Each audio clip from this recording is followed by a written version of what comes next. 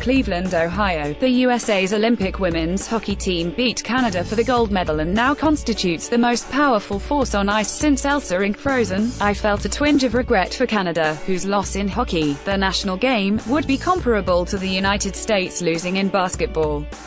There's an unspoken kinship with the Canadians, the British too. The special relationship of the United States and Great Britain in politics is the same in the Olympics, in which Yanks, Brits and, by extension, Canadians, have each other's backs. Fans always think of the Olympics from afar as a love fest, with all the peoples of the world living and loving, like one of the old Coke commercials of the coming of the age of Aquarius. Not exactly. Without such alliances as we made, computer equipment sometimes disappeared in the press center when the owners were away from them. Petty theft often, and there is no nice way to say this, they were stolen by reporters from nations which did not supply their scribes with the exotic, trash 80.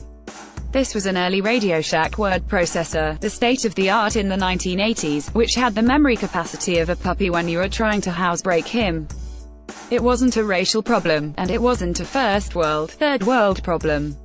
It was a money problem. The thieves were selling their laptops, cables, connection boxes, and electrical adapters when they got home for profit. My head was always on a swivel at the Olympics. What objectivity? Journalism around the world differs too. The Brazilian press at the 1994 World Cup, who took over the hotel where I stayed for the semi-finals and finals, wore team jerseys to games, cheered openly during competition, and were little more than megaphones for the voices of rabid fans. Ditto for many Olympic contingents. That is not our tradition, even in an era when partisan journalism is growing in sports. The Russians, even someone striving for objectivity has to call EM as he hears EM. For example, the Russians are not our friends. The Russians meddled in the last presidential election.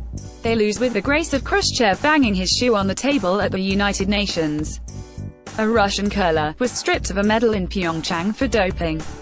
The foul Russian bear who wouldn't foul Russian coach Vadim Kapranov crudely took over the news conference after a failed comeback against the USA in a 66-62 loss in the semi-finals of the Olympic women's basketball tournament in 2004 in Athens, churlishly berating the referees, the American team and perhaps the lying scoreboard.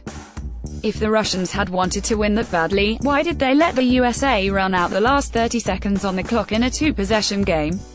I wish someone other than Kapranov could have gotten hold of the mic to ask, shouldn't you have fouled?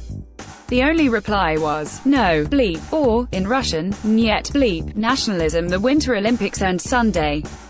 There is usually rampant nationalism among spectators and many media members in all of them.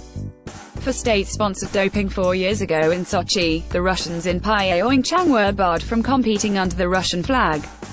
Their banner read, or, meaning, Olympic athlete from Russia, such a measure against the USA, USA, for covering up sexual abuse of Olympic gymnasts and swimmers would be justified in Tokyo in 2020. How many people would watch without the flags and jingoism? They fuel TV ratings. The American market drives the whole bobsled. An idealist would say no flags or anthems should be allowed.